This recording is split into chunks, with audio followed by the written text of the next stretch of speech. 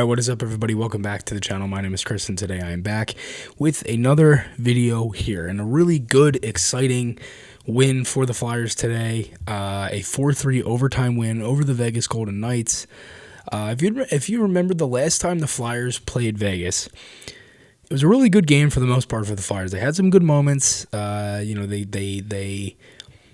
had a lead for the most part of that game. They gave up the tying goal late in the third period, around 6.5 minutes left, and then they gave up the eventual winner with around 30 seconds left. They kind of just really let that one slip away, and that was kind of the big reason for a lot of losses early on. This one for the Flyers, similar, but they closed it out, and they won the game 4-3 in overtime.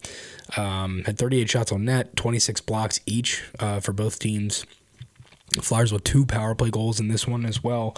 And again, just a really solid effort in many different areas. So let's kind of break it down. As for the lines in this one, Forrester, Couturier, Konechny, Tippett, Frost, Atkinson, Farabee, Paling, Lawton, and then Delorier, Cates, and Hathaway. Defense, Sanheim, York, Sealer, Walker, Zamula, and Vilpedio, and then Carter Hart was in net for this one. Early on, they needed Hart. A couple odd man rushes for Vegas, had the breakaway save.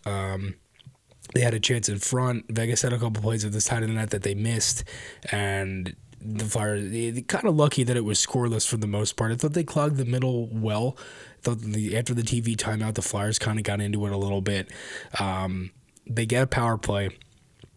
Tippett draws a slash. I thought, up until this point, like, they had some chances. They were, again, like I said, they were really defending in layers, and they made it hard for Vegas to kind of really create much outside of those first couple of minutes there. And they get the power play, and they get the 1-0 lead. Tippett draws the penalty. He scores the goal, his 5th in 4 games.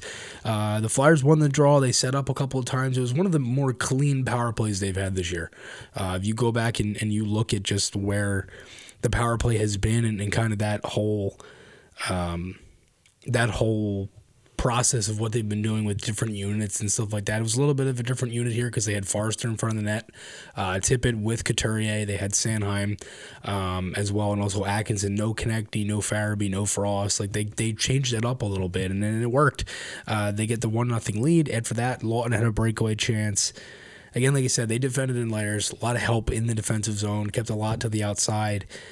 Shots were 16-8 Flyers after the first period. Early, draw another penalty. It was rough on Vegas. Forrester finally gets his first of the year. 2-0. Play off the wall. It was a shot from the point from, I believe it was Sanheim again, same unit.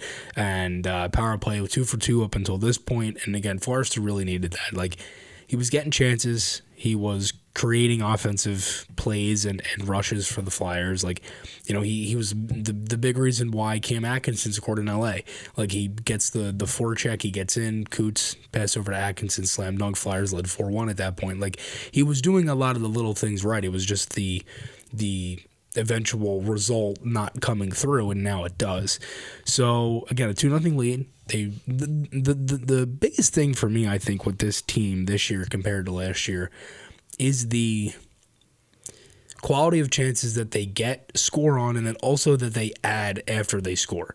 Like last year, it felt like they relied, it felt like it was that they relied on goaltending so much, and they needed a Carter Hart or Sam Ersson or whoever was in that, Sandstrom, what have you, to come in and play well. And they needed that for any game to be successful. Now I think it's a little different. Yeah, obviously, you're going to need a lot of saves and good moments. But when you're out shooting teams, today 38-31, if you go back over these past couple of games, 38-31 today against Vegas. If you go to the Carolina game, the Flyers, they actually get outshot 32-24, but they score, right? They score 3 goals. Los Angeles, if you go to that one, the Flyers, they get outshot there 37-26, but they also, again, even if they're getting outshot, they're capitalizing on opportunities. And if you look at Anaheim, they were right there with Anaheim too, 38-36. The Ducks had a two-shot advantage there. But again, since these past couple of games, they've been right there in shots, or they've been able to score on the high-quality chances. That's been the biggest thing, is like they would get high-quality chances last year, they just wouldn't finish on a lot of them. And now, like, they're finishing, but they're also adding after, and they're getting a lot of shots on net. I mean, 38 shots against the Vegas Golden, that's a lot of shots. And I'm not talking like they had a lot of just like, measly little like shots from the point that were easy to make saves. Like and it's like sometimes I think shots on goal too can be a hard thing to decipher, because it's, again, like I said, like anything can be a shot on net, right? So like I think that can play part of it too. But again, like I said, again, defended in layers, and that's been the biggest thing from this offense, is that they've been able to create after they've gotten goals and keep the momentum up. Unfortunately, Vegas would make it 2-1. The Flyers had a turnover. Carlson rips one. I thought Hart could have had that one, to be honest, but we play on. Power play, it was a major penalty review. It was a high stick, cross-check, whatever you want to call it, on Stevenson. Hathaway kind of sold that one, but it happens. That's how you have to get them sometimes. 5-minute major, and nothing. Like, it was probably the worst power play. Honestly, probably one of the worst power plays of the year. I mean, especially when you have it's a 5-minute power play with around 9-10 minutes left in the second period. You're already up 2-0. You could have held that game, like, that game could have been won at the end of the second period. You could have got 2 goals right there. You would have been a 4-0. But that doesn't happen. Eichel had a chance, or 4-1, whatever. You could have had a huge lead and really busted it open. You didn't. It was completely underwhelming. Eichel had a chance shorthanded, and then Marchessault would tie it a couple minutes later, 2-2. Walker would get it back for the Flyers. It was a seeing eye shot, goes bar down. It's like, all right, we got to go back. And then just whatever this was at the end of the second period is just mind-boggling. It's a hold on Walker. Fine, that's a penalty. You want to get Vegas back into the game, you got to give them some sort of a call. Flyers didn't have any penalties called on them up until that point. So that's fine. That's no problem. They call a hold. The center ice ref calls a hold on connecting. This is not a hold. It's a very ticky-tack call. It's a bad call. So it's a 5-on-3 for a minute 12. Then there's a cross-check on Lawton. So it's like a 5-on-3 for whatever that is, whatever the math is, if it goes down the seconds, all that stuff.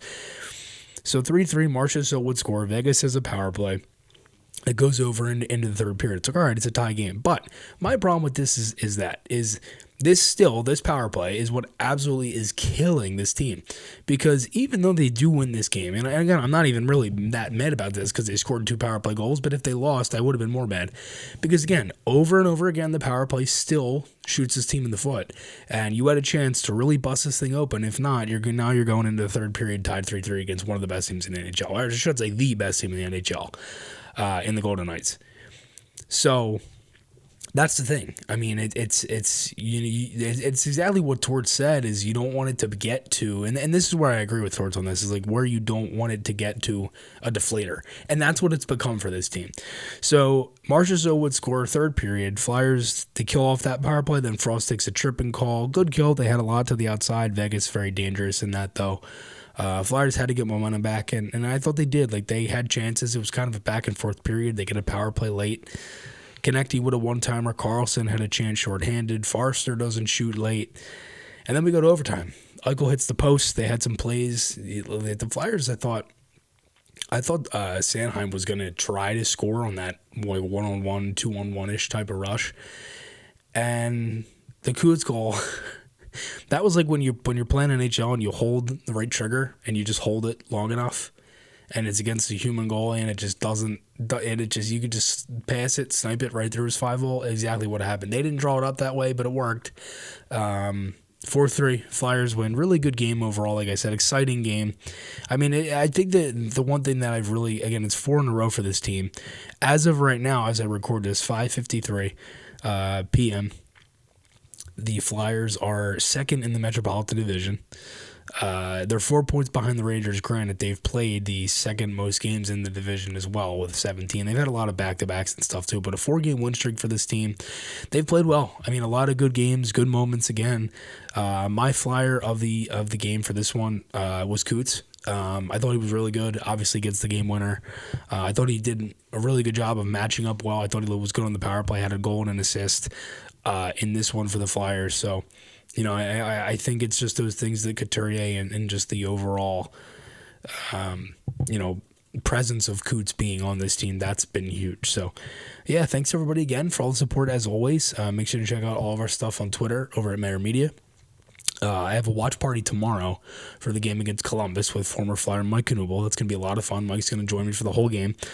Going to be a blast. Hope to see you there. To everyone that watches the videos and stuff and usually comes into the watch parties and everything, there's an added watch party tomorrow for the game against Columbus. It'll start at 5:30, and again, Mike Knuble will be joining me, so it should be a lot of fun.